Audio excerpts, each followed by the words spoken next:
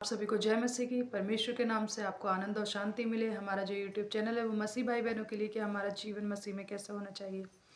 तो भाई और बहनों, आज का जो हमारा टॉपिक है वो हम पढ़ेंगे। पहले तो ये है कि एक नर एक नारी यानी कि एक स्त्री एक पुरुष कैसे बनी, परमेश्वर ने उनको कैसे बनाया।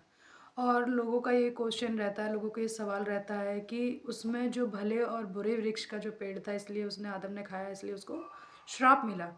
लेकिन वहाँ पे दो तरीके के फल थे, लोगों को पता नहीं है। आज मैं उन फलों के बारे में बताऊंगी, परमेश्वर ने वो कौन से दो फल रखे थे।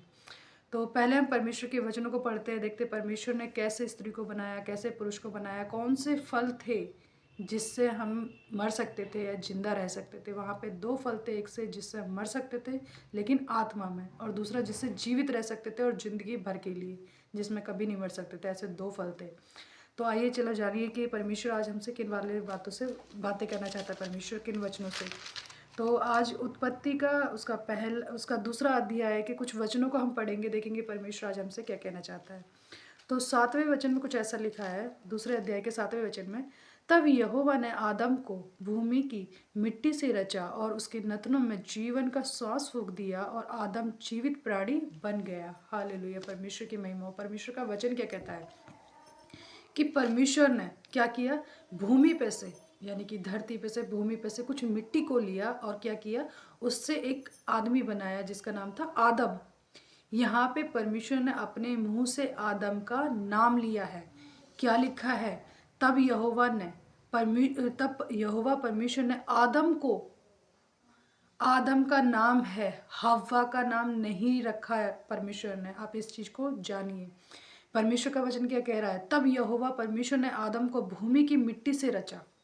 यहाँ पे मनुष्य को, आदमी को परमेश्वर ने भूमि की मिट्टी से रचा और क्या किया, उसके अंदर अपनी जीवन की सांस फूंकी। और साथ में क्या लिखा है, जीवन की सांस फूंक दिया और वह जीवित प्राणी बन गया। हालेलुया। इसी तरीके से पहले हम 15 वचन को पढ़ते हैं, देखते हैं 15-16 वचन में क्या लिखा है। तब यहोवा परमेश्वर ने आदम को लेकर अदन की वाटिका में रख दिया, वह कि वह उसमें काम करे और उसकी रक्षा करे। इसी तरीके से 16 वचन में लिखा है, और यहोवा परमेश्वर ने आदम को यह आज्ञा दी, तू वाटिका के सब वृक्षों का फल खा सकता है। क्या करता है कि जो वाटिका में जितने ही वृक्ष के जो फल हैं उन सब को खा सकता है, बिना खटके खा सकता है, पर भले या बुरे के ज्ञान का जो वृक्ष है उसका फल कभी ना खाना, क्योंकि जिस दिन तू उस फल को खाएगा उसी दिन अवश्य मर जाएगा। हालेलुया, परमेश्वर की महिमा हो। परमेश्वर का वचन क्या कहता है कि परमेश्वर ने पहले तो क्या किया, मिट्टी से आदम को बनाया और उसके नथनों में जीवन की सांस फूंकी और उसे प्राणी बनाया, जीवित प्राणी। लेकिन उसी के तरीके से अगर बीच के वचन अगर हम छोड़ते हैं तो परमेश्वर ने क्या कहा है कि आदम को बनाने के बाद उसको अदन की वाटिका में रखा। और परमेश्वर ने क्या कहा कि यहाँ पे जितने भी वृक्ष है तो उन सब के फल बिना खटके खा सकता है, सिवाय जीवन के वृक्ष के, जो क्या करता है, भले और बुरे का ज्ञान देता है, उसके फल को ना खाना परमेश्वर ने इस जगह मना किया है। तो लोगों का एक क्वेश्चन रहता है कि जब परमेश्वर को पता थी कि आदम परमेश्वर वो फल खाएगा, शैतान उसको भटकाएगा, जब वो आदम उस फल को खा लेगा, तो परमेश्वर ने वो फल उस वृक्ष को क्यों लगाया उस वाटिका में, उसे परमेश्वर हटा भी सकता था। लोगों का ये क्वेश्चन रहता है। लेकिन भाई और बहनों, आप लोगों के लिए ये सवाल है कि अगर जिस तरीके से अगर आपकी मम्मी आपसे मना करती है कि बेटी उस रास्ते पे मत जाना, वहाँ पे आप मर सकते हो, आपके साथ कुछ बुरा हो सकता है, उसी तरीके से पेरेंट्स अपने बच्चों को टोकते हैं। लेकिन बच्चे क्या करते हैं, अपने माता पिता की आज्ञा ना मान के वो अपनी ही मर्जी करता है, और जिस काम के लिए मना करोगे वही काम वो करता है, क्योंकि शैतान उसे उकसा रहा है कि उस जगह जाके तो देख, हो सकता है कुछ ना हो, लेकिन नहीं बोल रहे। इसी तरीके से परमेश्वर ने जिस मनुष्य को बनाया, जिसकी रचना परमेश्वर ने की, क्या परमेश्वर नहीं चाहता था कि वो मेरी आज्ञाओं पे चले?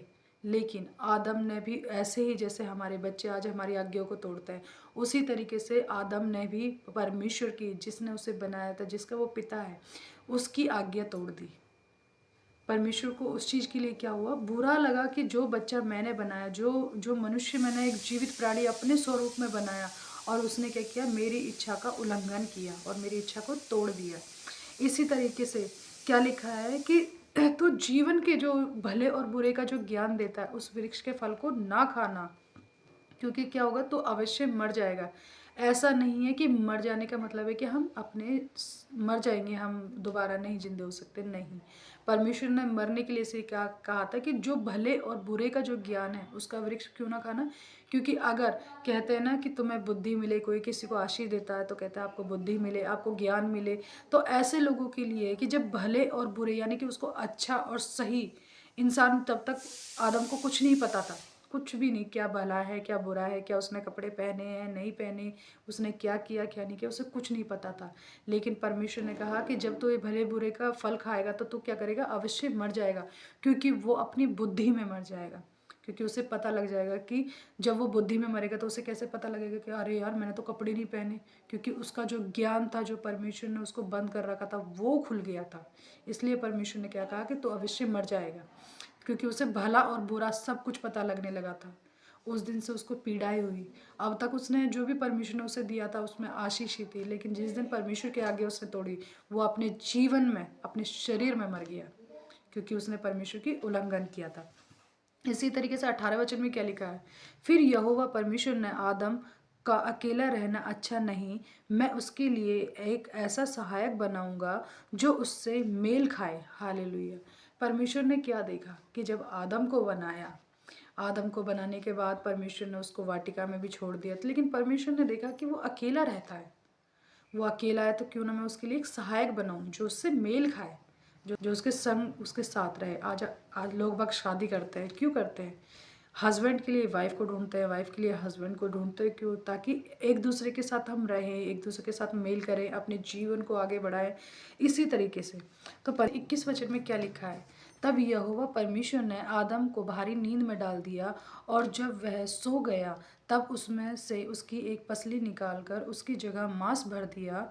22 वचन में लिखा है, और यहोवा परमेश्वर ने उसकी पसली को जो उसमें से आदम में से एक निकाली थी स्त्री बना दिया। हालेलुया। परमेश्वर के महिमा। परमेश्वर का वचन क्या कहता है कि परमेश्वर ने आदम को पहले एक भारी नींद में डाला और उसकी एक पसली निकाली, उसकी जगह मांस भर दिया, और उस पसली से क्या बनाया, एक स्त्री को बनाया। लोग बाग कहते हैं परमेश्वर ने पहले आदम को बनाया फिर हव्वा को बनाया। परमेश्वर ने आदम को तो बनाया, लेकिन उसकी पसली निकाल के एक स्त्री को बनाया, ना कि हव्वा नाम दिया। हव्वा नाम कहाँ से उसका पड़ा, वो हम बताएंगे आपको। तो परमेश्वर का वचन इसी तरीके से इसका 3 अध्याय में कहता है, उसके 20 वचन में क्या कहता है, आदम ने अपनी पत्नी का नाम हव्वा रखा। परमेश्वर ने किसी जगह भी हव्वा का नाम नहीं दिया, आदम का नाम दिया है बट हव्वा का नाम नहीं दिया। हव्वा का नाम आदम ने रखा था। और अगर आप परमेश्वर के वचन को पढ़ेंगे 3 अध्याय उसके 20 वचन को, तो साफ साफ लिखा है कि आदम ने अपनी पत्नी का नाम हव्वा रखा। हालेलुया। परमेश्वर के महिमा।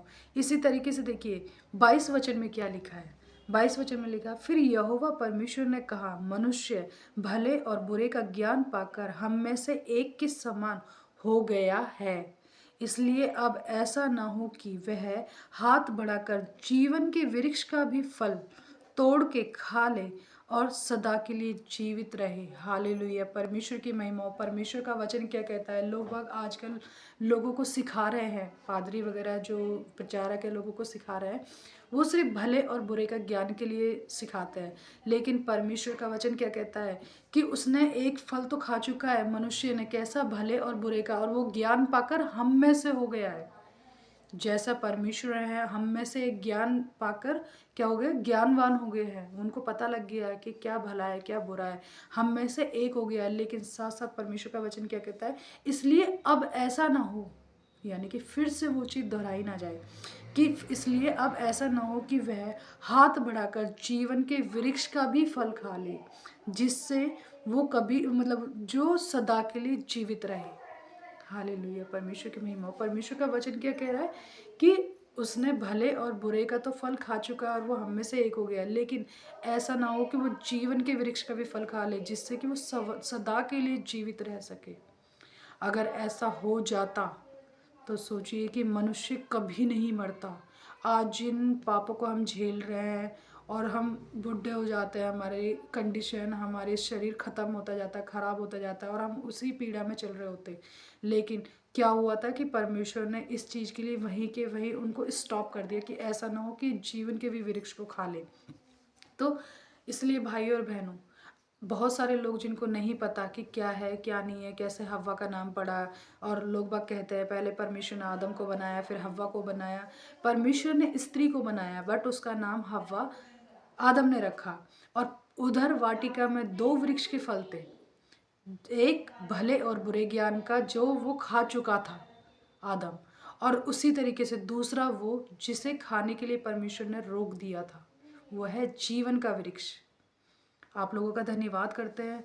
इन वचनों के द्वारा परमेश्वर आपको आशीष दे, बहुत बहुत आशीष दे। आप सभी को जय मसीह की। परमेश्वर के नाम से आपको आनंद और शांति मिले।